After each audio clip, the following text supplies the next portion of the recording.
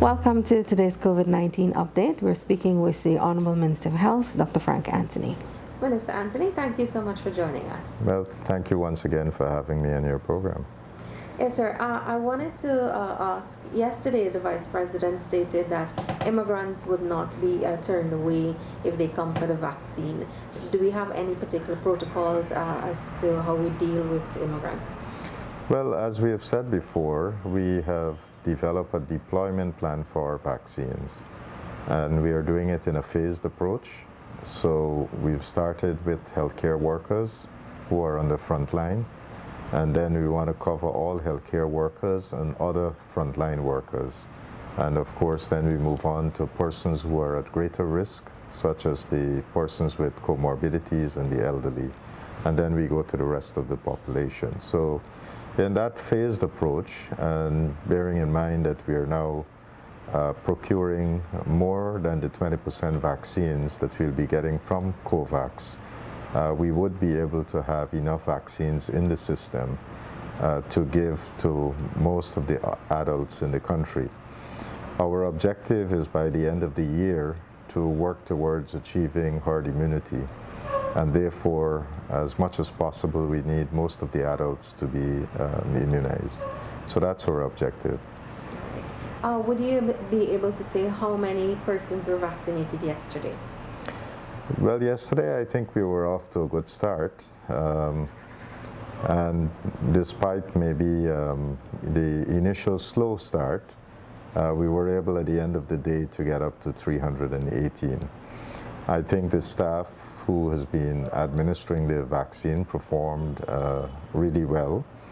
They had worked out a very good system, and it shows that the training that we've done before really worked.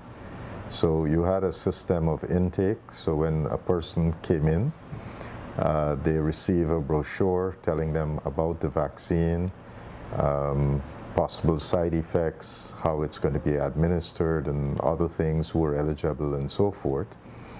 And then they come to another person who would then go through with them a set of questions to ensure that they understand and that they meet the eligibility criteria. So once that was done and they met the criteria, then they were taken to the next phase, where they were escorted into the area where the vaccine would be administered. And then even at that point, the person administering the vaccine would again go through what are the possible side effects, show the person the vial that they're using, the expiry date and so forth, so that people are well aware. And then they would take the vaccine from the vial and administer it to the person. After which, that person is then required to stay nearby, and we have set up a special area there, and would be observed by one of the medical personnel for about 15 to 20 minutes. And so they have really followed the protocol, and we did that yesterday. So I think, apart from the successes that we have achieved yesterday, I think it also tested our protocol that we have trained the health workers on. And so when we get larger volumes of the vaccine, we would be able to roll it out as effectively as possible. Okay. On to our vaccine education segment. We're asking, with respect to the COVID-19 vaccine, how long will vaccine-induced immunity last? But that's a very interesting question, because for various vaccines, there have been different types of modeling that has been done to project how long the immunity would last. And they don't have hard and fast answers to this question. Different vaccines might have different duration of immunity, but none of this has been answered as yet. As you would know, that vaccination only started in December, and because it only started in December, when you're using the vaccines, you'll be able to monitor people, and we will get those results probably in the next 6 months, let's say, to know if immunity would last for 6 months, if it's going to last for a year, if it's going to last for 2 years. So that monitoring would have to be an ongoing process. But we know that in the trials, with the clinical trials and the monitoring that has been done, that you do get immunity, and that it's helpful to take the vaccine, and that's why it is being administered now. All right, as we wrap up, I wanted to ask you, you're wearing your purple today. Today obviously is a very important day.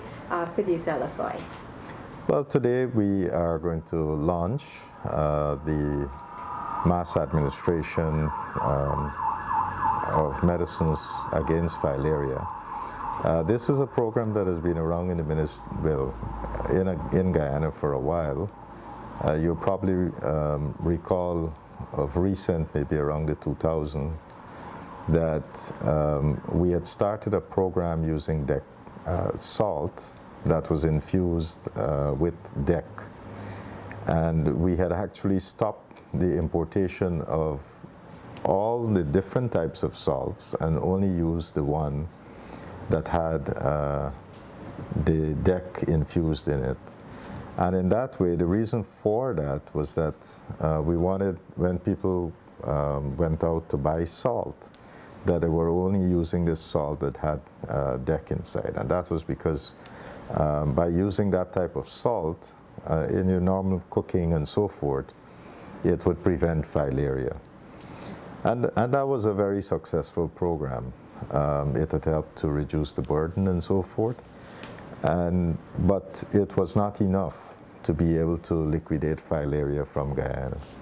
And so subsequent to that, we then introduced another program where we were using both DEC and albendazole to try to rid ourselves of filaria. And again, that program served well.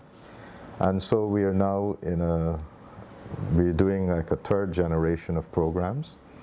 And with this third generation program, we are now using 3 medicines. We've started this in 2019, and according to the WHO protocol, if we complete this one and we have large coverage across Guyana with more than 70% of the persons participating in taking these pills, that we can eliminate filaria from Guyana. And that's going to be a big thing, right? Because I think a lot of us probably know of persons who had filaria or suffering from filaria, and you would notice that they have swelling on their feet. They have problems, and with that swelling, it doesn't go away because the lymphatic system is, is damaged. And they walk around with this disability, so to speak, or this disfigurement. And it can really be a bother for them. And in a lot of cases, persons who are of working age find it difficult to get jobs and so forth. So we can prevent this suffering, by taking our pills and making sure that we ourselves don't get filaria. It's not something that when you get infected today, you'll see the symptoms tomorrow. It takes years to develop. And so if these worms get into your body, they will take a long time before they develop, but when they start manifesting itself, they can already have damaged the various organs in your body. So that's why we want to be careful. And if we eliminate filaria from Guyana, then we are protecting our entire population. Now, with the 3 medicines that we're using, this would guarantee that we can eliminate filaria from Guyana. But while we have the medicines would not work if people don't take it. So that's why we are appealing to people to please take your medicines, because you wouldn't know if you have the infection or not.